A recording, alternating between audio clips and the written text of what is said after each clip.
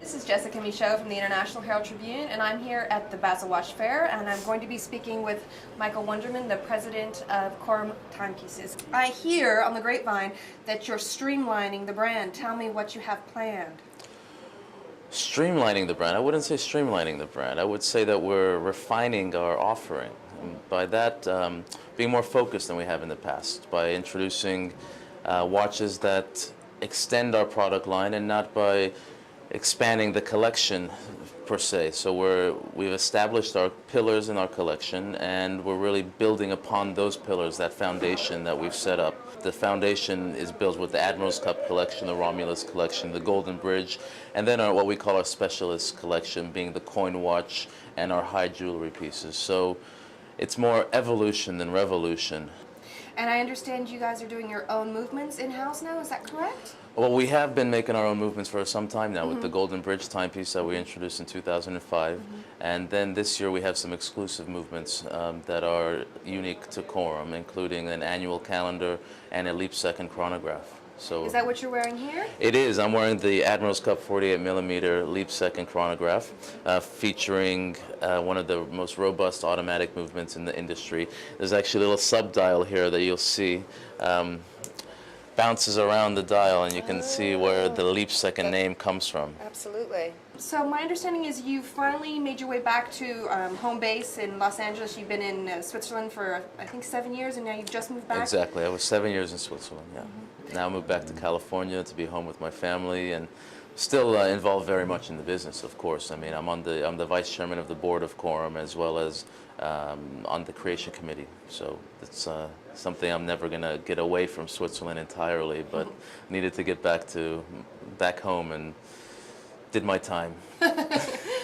So you're going to still be really in charge of designing watches then, and really focused on... Yeah, we have a nice collaborative effort between my father and myself, and then the product development team here that gives us the confidence that we don't have to be here every day. And like I said, we've already established the foundation over the past couple of years, so it's really just building upon that foundation, refining it, and continuously trying to improve the message and the direction that we've established. And you talked about your father area. This is really a family brand. What's it like working with a family in a company? We're both very passionate, and he's been a fantastic teacher for me. He's taught me since I was a child about the watch business. You're one of a handful of young men in the industry. What do you think that gives to you? Was there an added bonus to being somebody young running a company in the luxury watch market? I would say the biggest advantage it has given me is that in the past 10 years, the entire industry has changed so drastically, and being a part of that change has put me in a unique position to not be stuck in the past and in the old ways, because so much has changed in the past, like I said, 10 years drastically, that I would say the more experienced people who've been in the business for 30 plus years, you know, have had a difficult time transitioning into this modern world of watchmaking that we now live in. So speaking of the future of the brand, I see here that we have the Tourbillon Admiral's Cup, taking it to the future. Let's see. Yes, we do. We have... The Admiral's Cup is a very sports watch, and we've been reluctant to put a complication into it. Why?